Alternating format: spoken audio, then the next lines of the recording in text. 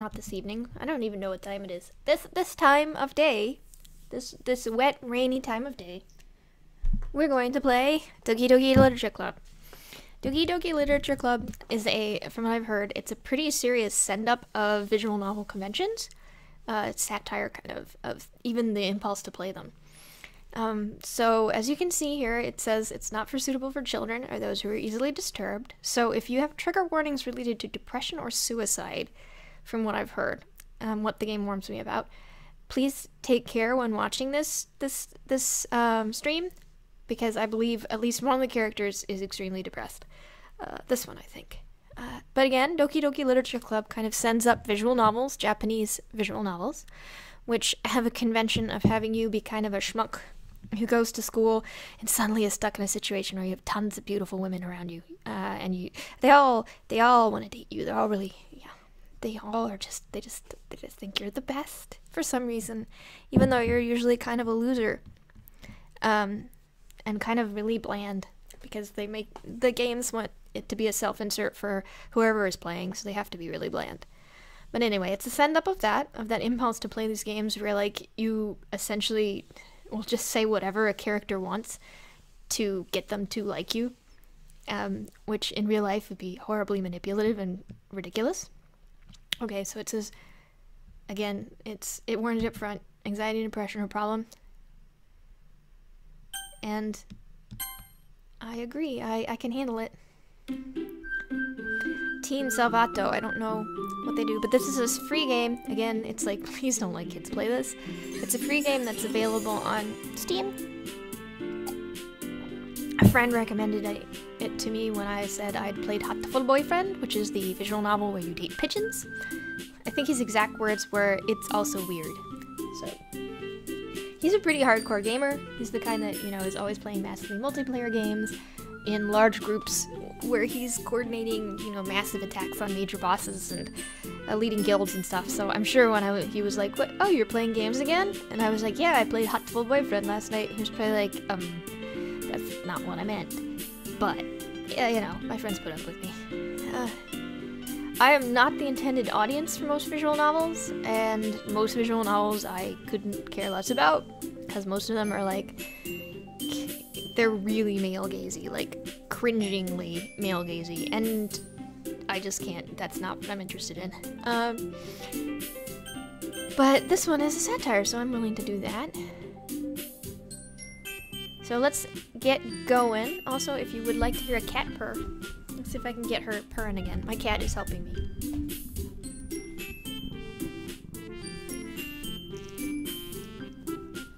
She's so soft. She's such a soft little kitty. She's angry at me though because I'm making noises and not paying attention to her. So the purr is not as good as it was. Anyway, always game with cats. They add a lot of, you get things like fluff in your nose as you pet. Anyway, so continuing, let's get a new game started. What's my name? In this case, we're gonna be Valdveg. Whoop, I can't even spell my own name. Valdveg. Which will be a little weird because I've tried the very beginning of this game already, and it's one of those where you're default a dude, which I think is a little disappointing. Just, use gender-neutral pronouns or something, so whoever can feel like they're actually the ridiculously bland person playing the game. But anyway, my name is Valdveg. Let's go, Valdveg!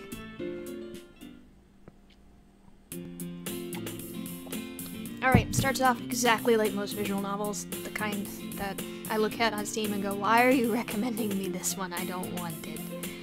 If you've ever been on Steam and played any visual novels, suddenly all of your recommendations will be like the most cringeworthy visual novels out there. Like ones where it's like, do you want to date 60 cat girls? And I'm like, no, the last game I played was Hatoful Boyfriend, and then I played Gone Home, and these are not, did you not maybe get the impression that I like the ones that are weird or different or kind of, yeah, no. Gone Home is about, it's a walking simulator about the first romance, a very serious, cute one about, and thoughtful about the first romance of a queer high schooler. Hatoful Boyfriend who'd ate pigeons. You know, you'd think the algorithms would realize that, yeah, I'm not after the conventional visual novels, but no.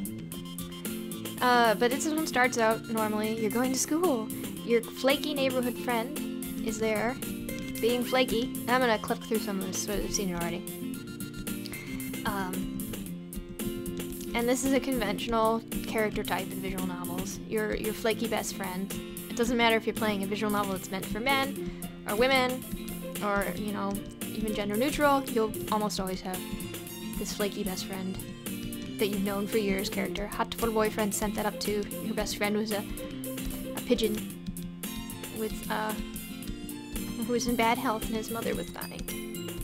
He was actually sweet. Much nicer, much better than this kind of flaky character who's like, I'm a flake. I sleep in late. I'm always perky. That's who she is. And as usual, you've gone to school and you have to figure out which club you're gonna be taking part in. And well, let's see, what club am I gonna take part in? My best friend, my neighborhood best friend, is like, I told people you'd join the literature club, even though you're not interested in literature, which is the funniest thing, because in this part of the game, you know, I have my name in there, Valdveg, and to have a character that has my name attached to them saying they don't like books and literature is like, it's Bizarro land. That's never gonna be the case. I would totally already be in the literature club and be like, we aren't taking this seriously enough, guys. Let's come on. Come on, literature's important. Okay, so we have, and you can see, you know, a little male gaze there. Just about here is the little male gaze, you think. And also they have them like blushing already and stuff like that. But anyway, look at her hair too. Jesus, that's long hair. But she's the retiring, serious, literary geek nerd kind of character. She's not really a geek nerd, she's really into literature, but she's that shy, retiring type. This is the hyper cutesy type, who's also very opinionated. This is the, you know, senpai, altogether, responsible older sister kind of type. And now they made cupcakes, so of course I have to eat cupcakes. And they all have to stare at me and be like, do you like the cupcakes? We all want you to like the cupcakes. Which actually in this game is part of the conceit, I think. Like, I think at least one of them is fourth wally genre aware. And it's, you kind of get this feeling they're all really invested in you liking them. Super invested. And here you have the conventional visual novel thing, where instead of actually moving, the characters just shift between sprites. They shift between a few different emotions. They all like are super blushy all the time. I can tell you what, my cheeks have never been that perpetually like pink. I guess if I put a ton of blush on, but I'm not gonna do that. It'll look weird. So she's also a secret geek, I think, likes manga and stuff. And she likes like really dark horror novels. So she likes dark horror. Clickety clickety clickety click. Again, my character has my name attached to it. It's like, I don't really read, and I'm like, this is a lie. I read all the time. In 3 languages, so you know. I can read German and Spanish and English, so I'm pretty good at reading. I'm a little invested in it. So this character's a lie. And of course, the main character is like, oh, the club is full of pretty girls. I guess I will join, even though I don't like literature, because I'm a manipulative weirdo. And they're all decided that the thing they'll do for the evening is write poems, and then they'll show the poems the next day. Anyway. So I'm gonna write a poem. I think this is the only thing, I'm not sure. the only thing you can do to really influence the game. Like, a lot of visual novels, some actually have choices. Some have choices, but they don't actually really influence things. They're just there to make you feel like you're doing something. Some are kinetic novels, which means there are no choices. You're just watching and reading a book, essentially, a story. I believe this one is kind of somewhere between kinetic and visual. There are only a few things you can do to influence stuff. So every evening you write a poem. You pick the words you think your favorite club member will like. It's pretty obvious, like, which words. So she's the perky one. She likes straightforward words. She's the dark, intellectual one. She likes fancy words. But here's the thing that I'll show you in a moment. This one here likes words you would not expect, and I think that's meant to be the first hint that something really weird's going on. Alright, but I'm going for Yuri the first time, because I will be honest, the intellectually, kind of the shy, intellectually type of character is always actually my type. They're always the characters I like the best. Like when I was back in school and watching Buffy the Vampire Slayer along with the rest of the world, Giles was my favorite character, and then Wesley. And then when Angel came out, Wesley and Fred were my favorite characters. And then when the final season of Angel happened, I stopped at the beginning because Wesley and Angel were Wesley and Fred, I should say, not Angel. Wesley and Fred. Fred was amazing. Wesley and Fred were my favorite characters, and I couldn't handle what Whedon was doing to them, so. Don't hurt my geek woman. Or my OTP. That was one of the few times I've had an OTP and really been like, they seem really good for one another. And then, of course, they got Whedoned. Wesley and Fred. But yeah, that's always my favorite kind of character, is the kind of shy, kind of earnest, intellectually character. A little awkward. Probably because that's kind of how I see myself. So I am a narcissist, apparently. But anyway, let's make her like the poem, and then I'll show you the thing that hints that there's something creepy going on too. So she likes big words. See? I mean, she hopped. She liked it. Let's see. She likes these horrific, kind of tragic words. Oh, see? That's where you start to get something, to figure out something's going on that's weird. Like I clicked on tragedy because I thought she would like it because she likes horror and drama and stuff. And she jumped. She's your flaky childhood best friend who seems really upbeat. But I clicked on tragedy and she liked it. But again, I'm gonna pick some big words. Fulgent, she liked it. Now, I bet you, I'm not gonna do it this time, but I bet you if I picked misery, it would make this one hop. So you get the impression just by accidentally picking a few words that are depression related or pain related that this one reacts to them. That's the first hint you get that something is going on that is not cool. Yep, she liked that one. Let's hit this one to show you, because I know who jumps for this one. I'm gonna hit depression. See? She jumps. So something is off, and that's the first hint you get that something is off. None of these really remind me of the... Okay, she liked that one. That was the fanciest word we had there. Unrequited. I don't know. Let's try unrequited. Oh, see? She jumped. Secretive? Yeah, okay, she liked that one. See? I bet she jumped. Again, that's why this game has these content warnings. She liked Wrath. Let's try Universe. She liked that one. Graveyard.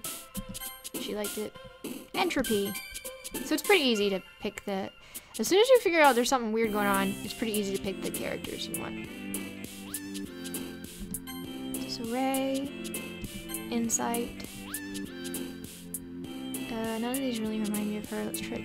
Oh, she likes... she also likes the just flaky words. My cat's like... My cat just went away. She's like, no. I'm not dealing with you. Unending.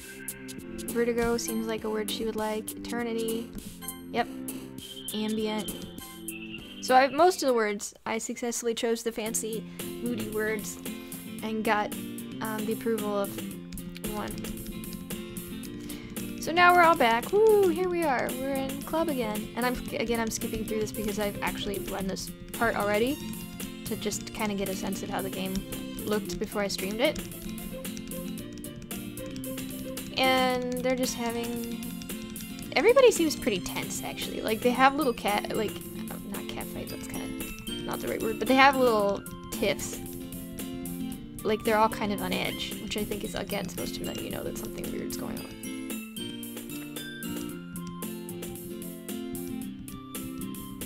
So, I think by choosing Yuri's related words, I've already indicated that I'm most interested in Yuri, so the game's like, alright, here we go. You're gonna get to talk to her when there's a option. Like, I didn't make the choice, but the game, I think, has already taken into account the points that I put into this one. So she's like, here's a book, you should read it, and it's actually, okay, what's the theme of the book? I forget, I just clicked through it. She's like, it's a good book, it's very relatable. And then she describes the plot to you, and it's like, there's this girl who has these really intense experiences, and then she ends up having to make choices around her life that she thinks will be for the best, but they end up destroying her life and all of her relationships, regardless of what choices she makes. Which I think is, a commentary on the structure of graphic novels, where you totally manipulate people in order to completely ignore some of them and completely focus on another, which in real life would be a mess. And then you end up reading the book together, because that happens in visual novels, where it's like, this is ridiculous. No one would actually want to be this physically close to somebody this quickly, but we're gonna read a book together with one of us holding half the book and the other holding the other.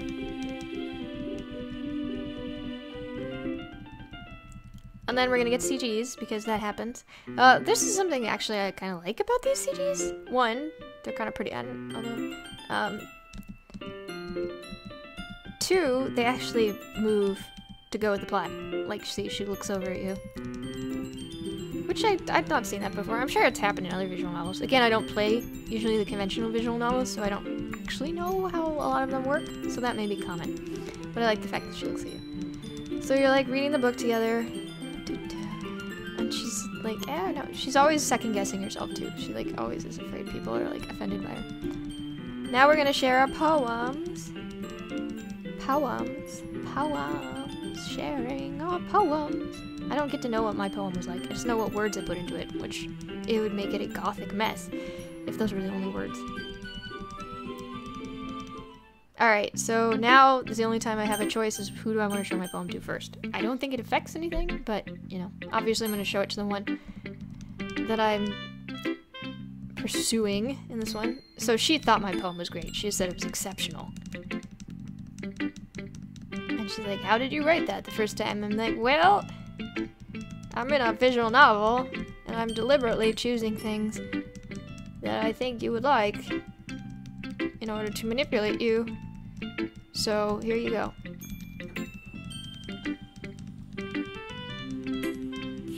And then they show you their poems. And her poem is kind of gothy. Not super gothy, but just a little...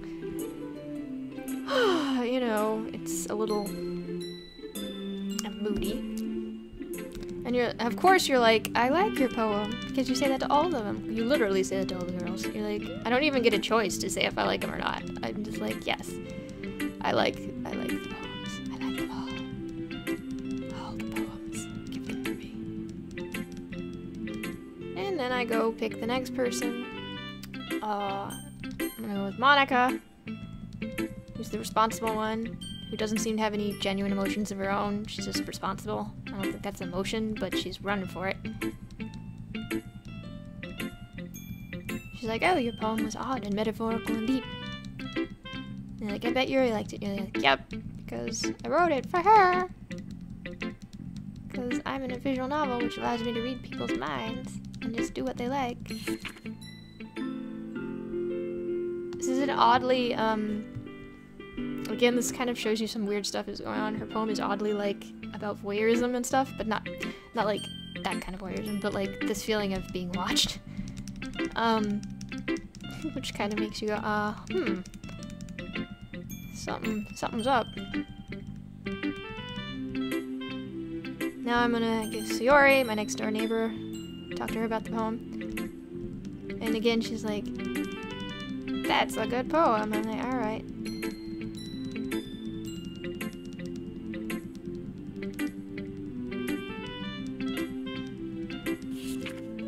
And her poem is basically like, I got up, I wanted breakfast. So it's playing into her flaky, disorganized thing.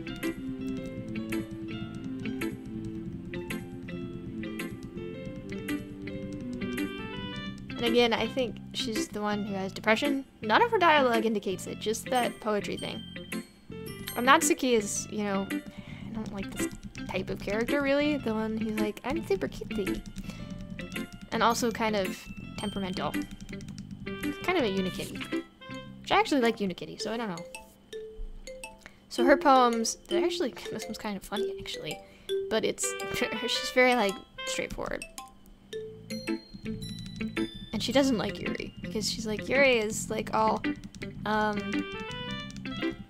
fancy schmancy, and they have fights.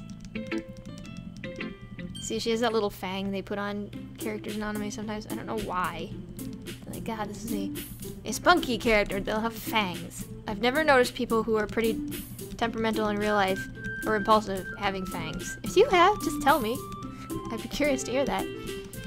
They're fighting, because they're both, she tried to compliment her and obviously didn't mean it, and now they're fighting. And then they're like, but that guy liked the poems. The main character liked both of our poems. And you're like, I'm in the middle of a fight that is escalating oddly. And it does escalate oddly. And then I get to, I think I did to take a side.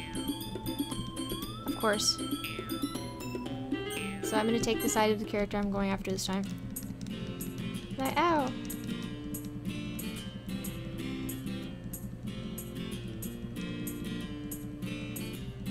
So she gets irritated and storms out of the room. Which is a little weird for a for just a poem to get that up in the air about it.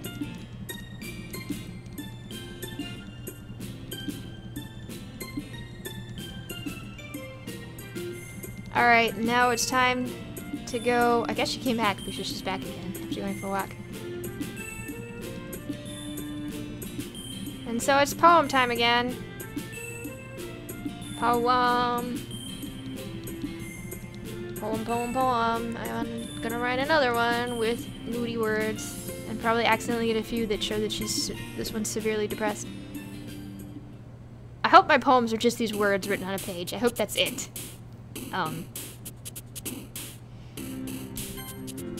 Because that would be pretty fabulous.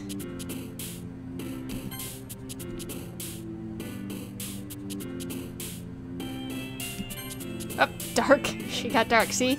I think that's fairly clever, that they made a character type that it's pretty obvious that, you will accidentally pick some of the words that show you that something's wrong with, this character, if you're trying to pick words for this character. That overlap is clever.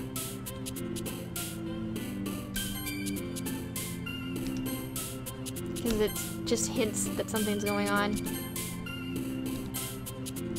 So again, I'm picking big words.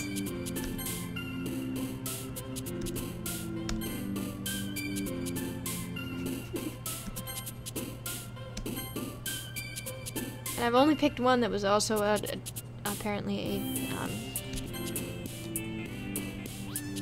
Oh! See? Another scars. She jumped for scars. So something is up. Fester. Let's see who jumps for Fester.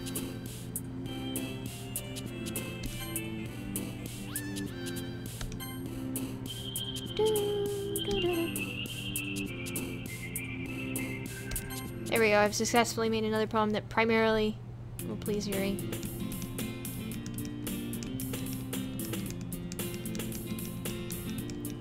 It's hinted that she's actually quite manipulative. There are two places where the main character is like, is she just being cute, or is she actually trying to emotionally manipulate me? which is not usually how a visual novel works. Usually it's just assumed that the characters are working at a very shallow level and that they're not really self-aware. Like, if a character's flaky or forgets things or bumps into things, it's assumed that that's not manipulative, that it's not intentional. But it's kind of implied that Sayori is aware of being able to manipulate people by being flaky entity.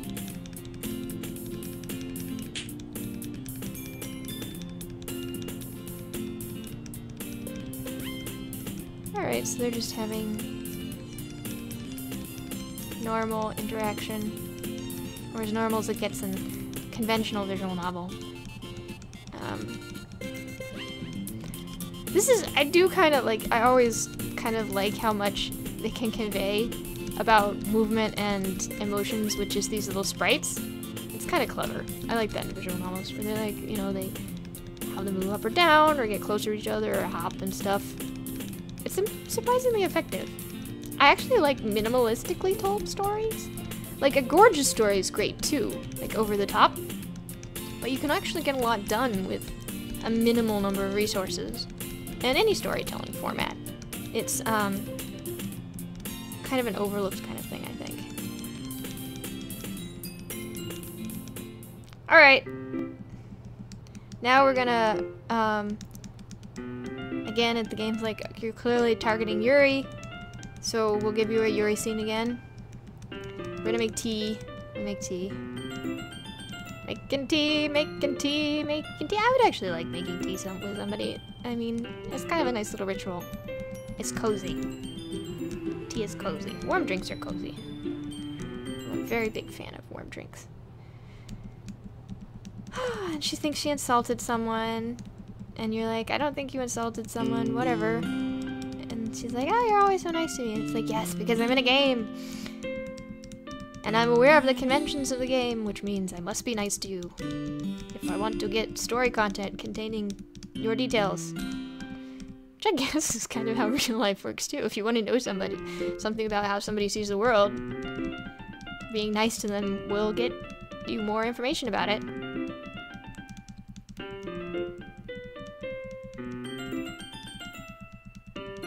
It's the whole, oh yeah, we like being around one another. It's really weird to me that, okay, visual novels, I don't think it's high school boys playing those usually, probably sometimes, but they're all set in high school. It's creepy. They're not all set in high school, but like the super conventional kind tend to be set in schools, and it's like, oh, there's something a little off about this. At least I'm in college, you know? Okay, so we're getting CDs. Again, we're reading a book together. This is kind of interesting. This is another one where you start to get the sense that there's something kind of creepy. Like, I think it's, okay, brief segue. I think it's interesting that they actually, whoever made it has played enough visual novels that they do the very conventional things that they do to make things look pretty or dramatic. You know, like the moving dust motes and stuff. Which is pretty effective when skewering the genre is to also use its conventions quite fluently. But here's the creepy thing that happens. Like, he's eating chocolate, and they don't want to get it on the book, so he unwraps one, and then he unwraps another, and he's kind of like, why am I doing this? The main character's kind of like, this is a weird thing to do. Why am I doing this? I'm vaguely uncomfortable doing this. Because he puts a chocolate in her mouth, and she takes it in her mouth, and then she's immediately, like, discomfited by it. Like, what? What was that? What did I do that? That was not what I intended to do.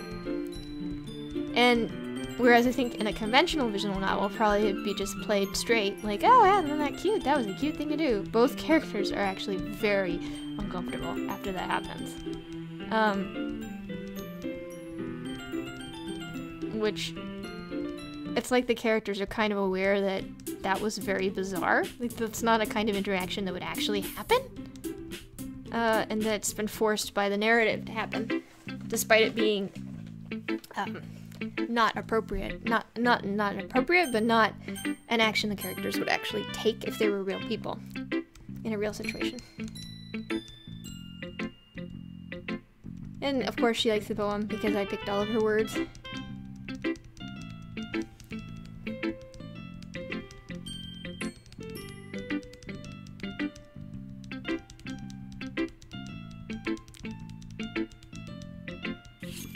She gives me her poem, and it's basically about making somebody else happy. In this case, an animal. She's feeding an animal.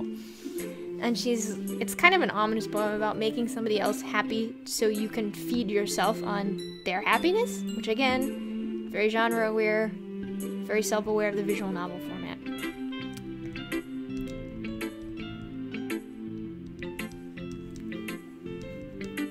Now I think we're up to where I had stopped playing previously. So it's implied that there's something, like she's keeping things to herself about being weird or perhaps even creepy. So there's a little ominousness developing.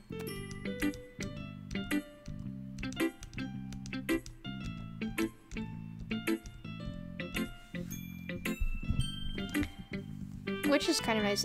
I'll be curious to see if the writing develops that well, or if it just kind of goes like shock value and over the top. We'll see. I'm gonna go from Monica. You can tell I'm going from I'm like the only one that the only character I really like is, if I was treating it as like a normal visual novel where it's just about like which one do I like most. As a character, Yuri's kind of the only one. None of the others are like my type of characters. Like she's too bland.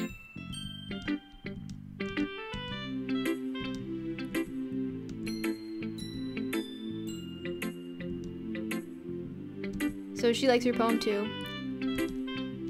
And she's like, it looks like Yuri's. Her poems are romantic. And yeah, they're talking about the fact that Yuri seems to be like she has really dark novels and her poems are really dark and it's kind of out of nowhere.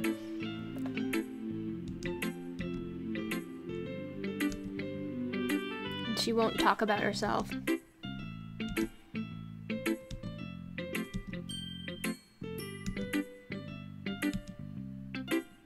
And of course, they're already like in traditional visual novel style. They're already like, you must like her. And you deny it, of course. Also traditional visual novel.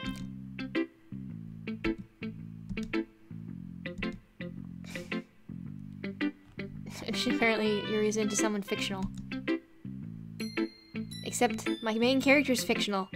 So we're all fictional. It's meta. Now I'm gonna read her poem.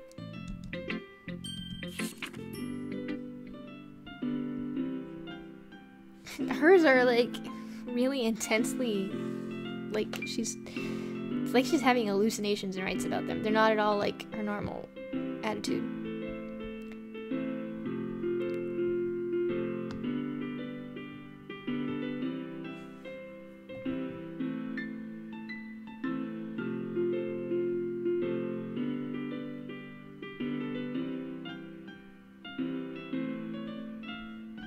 Save me, load me. So we're getting the sense that something's wrong and that it's related to the video game format again. Save me and load me.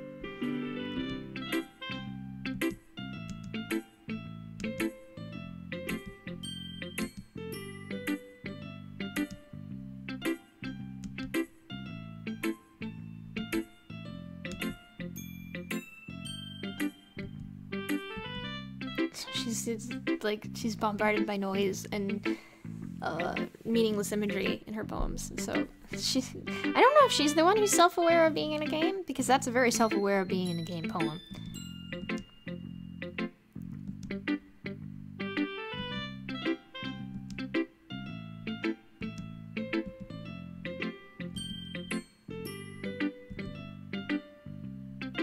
So, there you go. Sometimes you'll find yourself facing a difficult decision. When that happens, don't forget to save your game. Again, like pointing out how artificial, one, that she's probably self-aware, and two, that how artificial it is to be faced with a tough decision and be able to save, so you can figure out, so you can go back and change your mind, or save yourself. And she's like, what am I talking about? Shoot. So we're starting to get some sense of the weirdness going on. I'm gonna save. Now that she's reminded me to save. What is the history tab? Ah, it just gives me the script. Alright, we can see that. So Yuri again.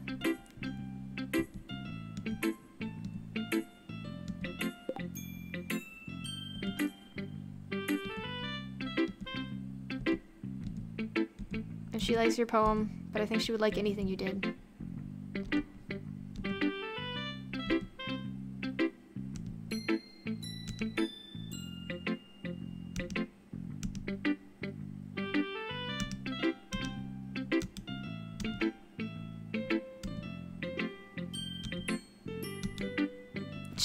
This kind of conversation kind of highlights how hard it is to figure out to write something for her because you don't know what she likes, except that she reacts to words about depression.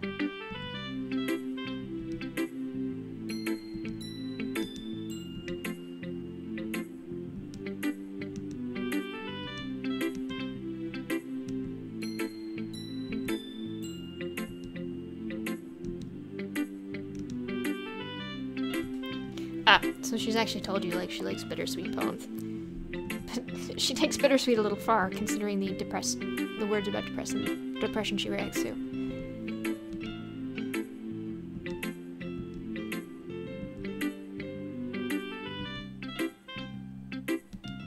She's so hyper cute.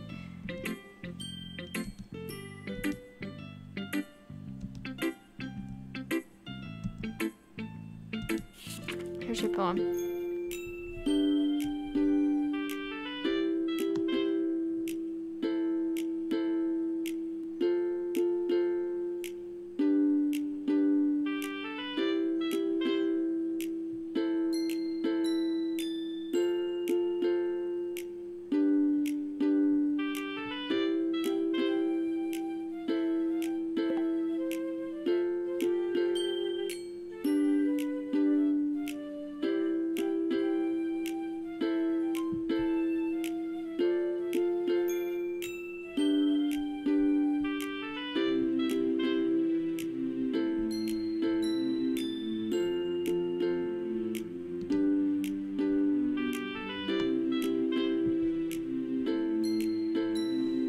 Alright, so that's pretty ominous. The poem is about her pulling happy thoughts out of her mind so she can keep friends, so she can give them to friends who are needy and require those happy thoughts. And then she runs out of happy thoughts and is left empty. So, definitely, again, a very self-aware poem for a visual novel character.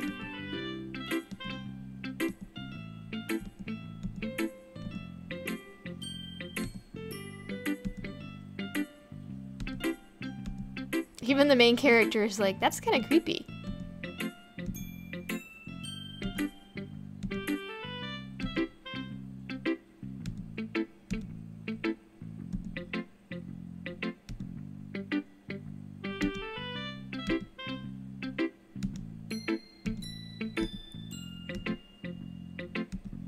I'm gonna keep writing until I die. That's not ominous at all.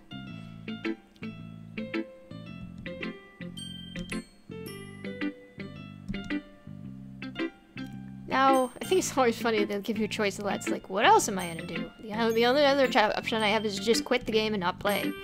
So, which would be very meta of me. Even she's like, it's better. I don't like it. But it's too serious.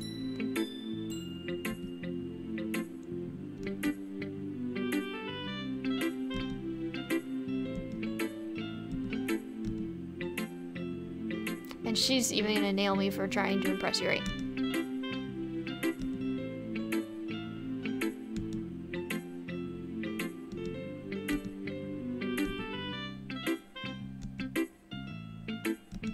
I actually wonder if Natsuki's supposed to have a crush on Yuri, because she's really intense about Yuri.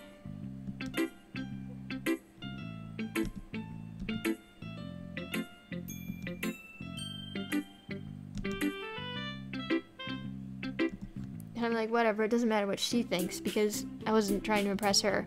Very, very shallow of me. And of course we have a school festival, because that's always in anything Japanese high school related, manga, or anime, or game, or whatever.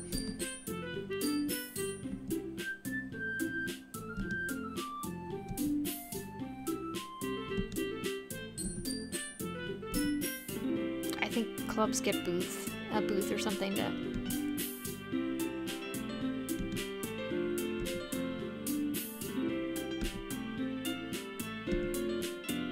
They're going to be performing what? Poetry performance.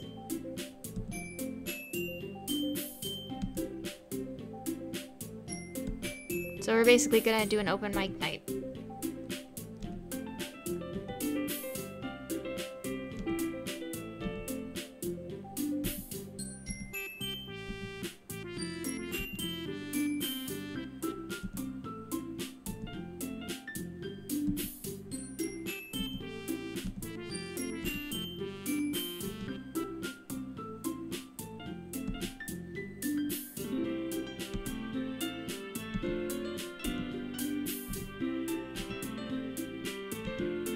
Anbate, give it your best.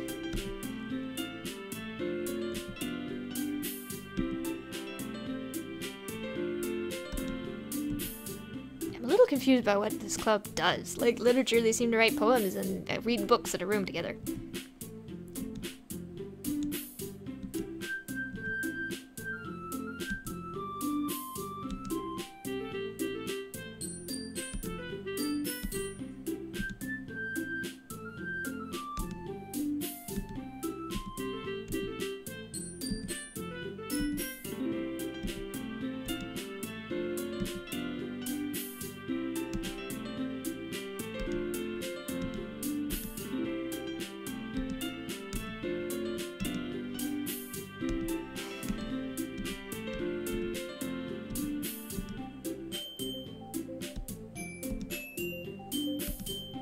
Everyone's been forced into open mic night. That's a healthy thing to do. This club is seriously going to be the death of me. So we've had 2 ominous death mentions already.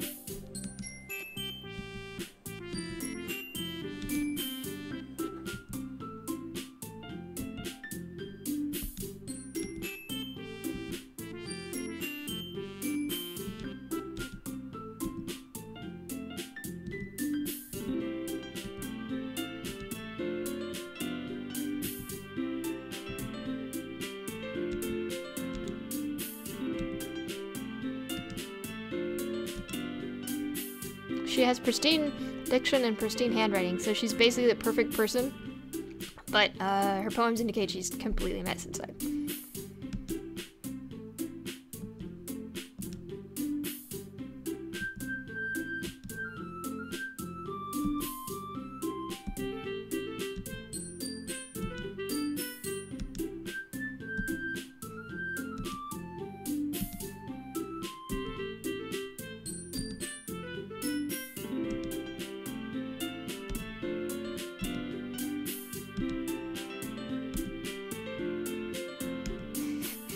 After image of a crimson eye.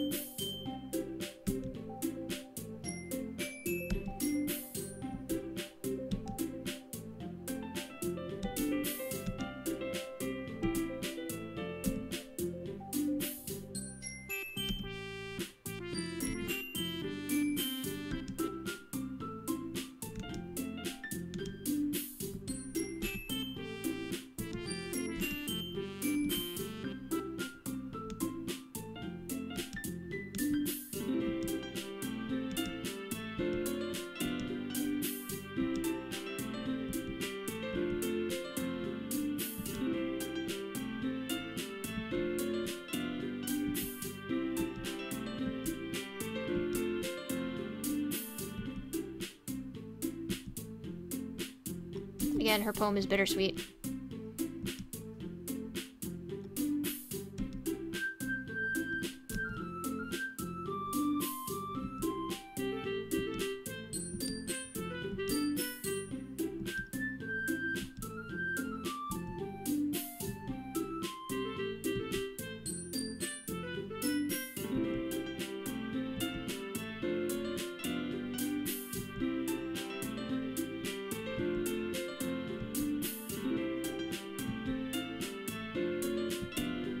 apparently she's been practicing speaking forcefully. That's interesting.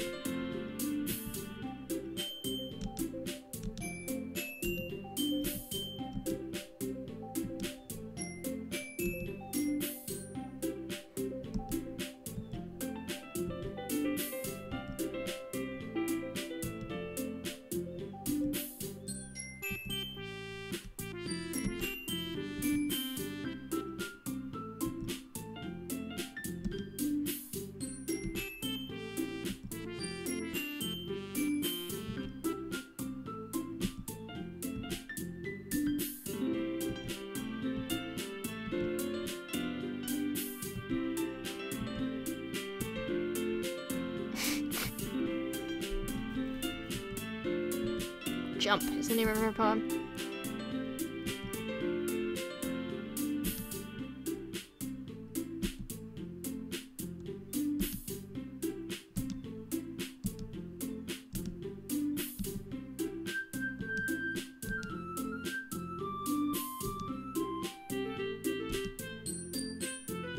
I can put on whatever face I want for other people. Again, kind of that sense of false facades.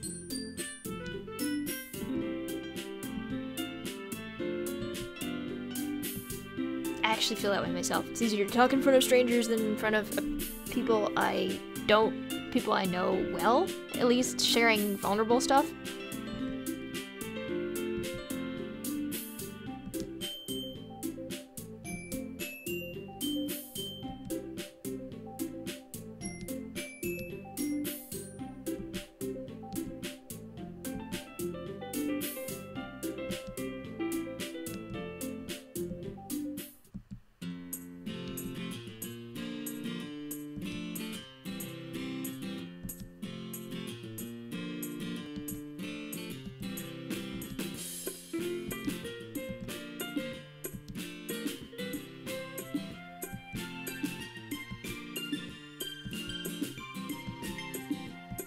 And day's over, walking home.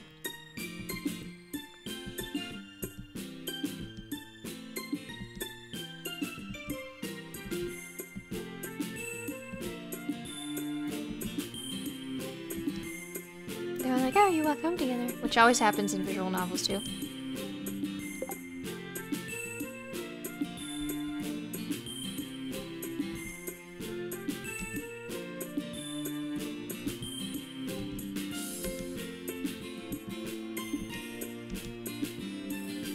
She was thinking about something from earlier.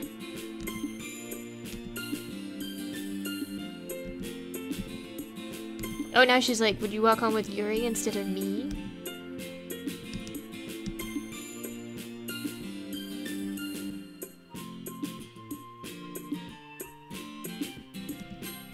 I'm gonna save because I want to see what happens both ways. Again, this is part of the conceit of visual novels. So you can save. In real life, you'd be like, well, I'm on the spot. Whatever I choose is gonna work out poorly.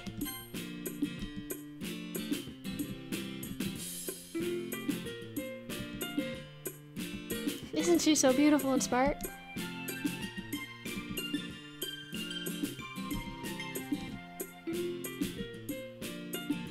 It's not long before you won't need me anymore, you know?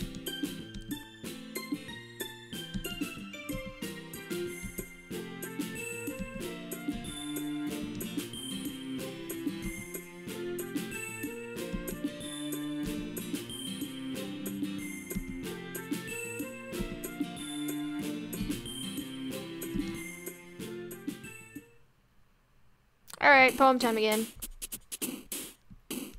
So easy.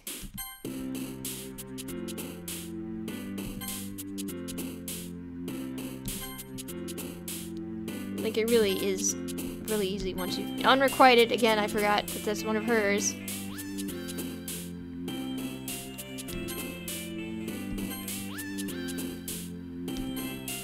Fancy words, picking the fancy words.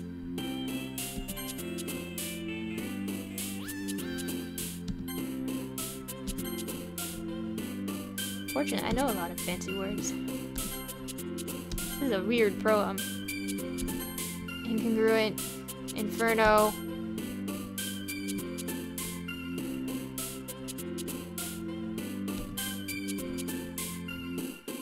should read the words out loud sometime in order and just be like, well, that's the weirdest poem in the world.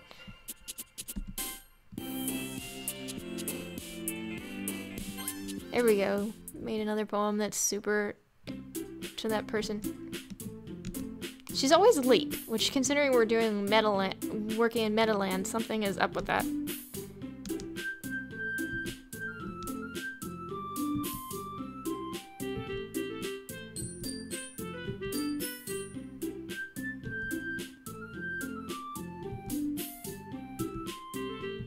Suddenly she's really into the festival. She wants the rest of the festival, not her part.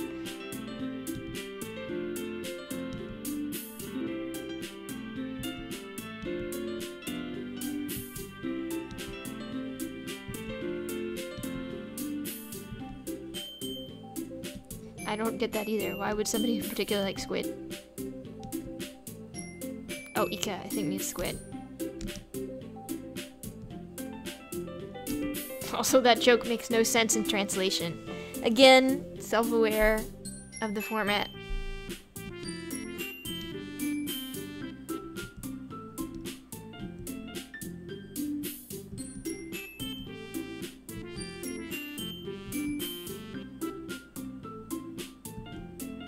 She's looking at nothing. She increasingly spaces out. I think she's decided that I'm not interested in her, and that's kind of a bad thing. Obviously, I think she's the self-aware character.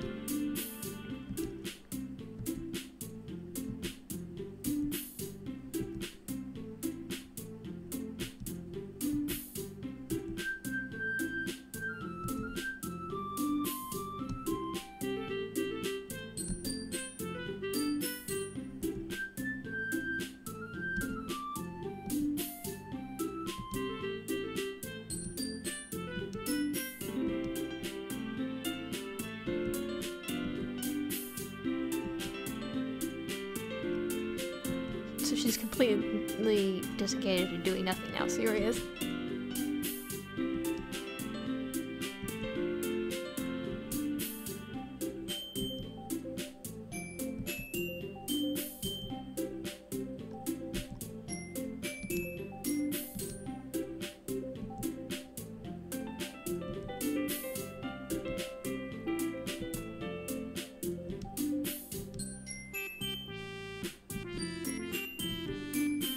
Nerp, nerp. They're implying that it's romantic problems.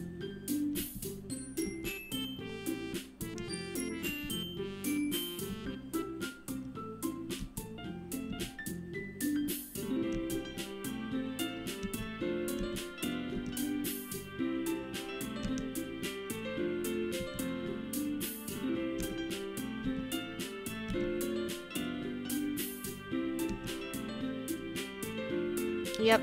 It's implying it's like they are putting on an act for you. She's cheerful around you. What is she like around everyone else?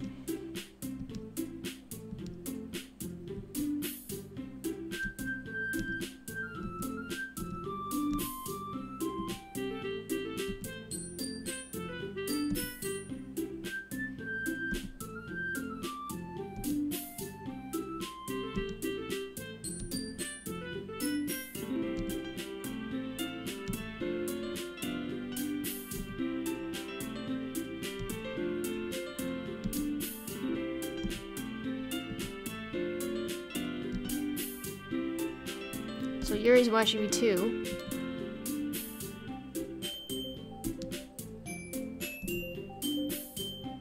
And now I'm gonna go hang out with Yuri.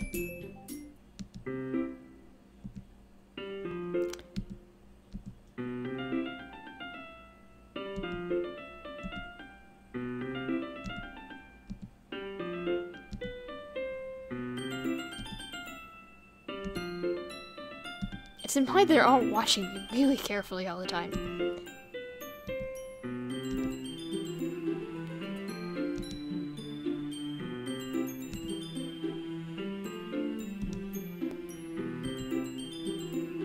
And now I'm gonna tell her about Sayori.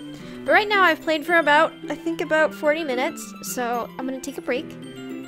tomorrow or another day, we'll continue and see what road this goes down.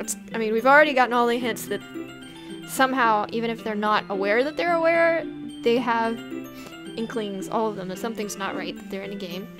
And so Yuri clearly has the most issues there. So we'll see how that develops. So far it hasn't gotten to that super dark place, but I'm guessing it will. Again, because of the hints about Sayori's depression. And the fact they all seem to realize they're trapped in a game. I think this game was actually written in English, so the bit about a pun not working in translation from Japanese was again a meta nod to the fact that most visual novels that are this conventional are originally in Japanese. So there we go. I'm gonna quit. Go to the main menu, and I'll quit. See you all again later as we figure out what ominous things are happening in this tiny little fake literature club that is completely aware it is a tiny little fake literature club.